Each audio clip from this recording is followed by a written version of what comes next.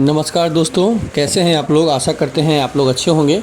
और आप लोगों को पता है कि सावन का कल आखिरी सोमवार है, तो उससे पहले हम लोग ने अपने घर में महादेव पूजा का आयोजन किया है। देखिए, जो आप देख पा रहे हैं कि ये मिट्टी है, ये केला का पत्ता, आम का पल्लव, जो भी पूजा की सामग्री है वो सब हम लोगों ने व्यवस्था किया है और हम लोग सपरिवार इसमें सम्मिलित होंगे। चलिए हम दिखा रहे हैं आप लोग कि हम लोग मिट्टी से महादेव का इसमें निर्माण किया जाता है। महादेव का इसमें हम लोग जितने भी लोग हैं सब मिलकर करते हैं, तो वो हम आपको दिखाते हैं और धीरे धीरे इस पूजा में क्या क्या हो रहा है वो भी आपसे शेयर करेंगे।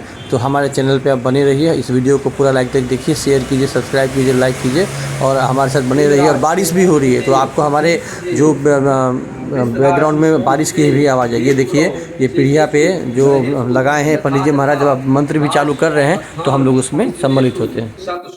एवं ग्रह गुण गण विशेषण विशिष्टायाम शुभ पुण्य तिथौ गोत्र लो लिया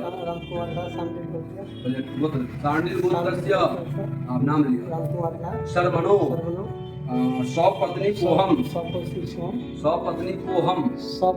पत्नी कोहम ममात्मनः कायिक वाचिक मानसिक सांसारिक चतुर्विध पापक्षय पूर्वकम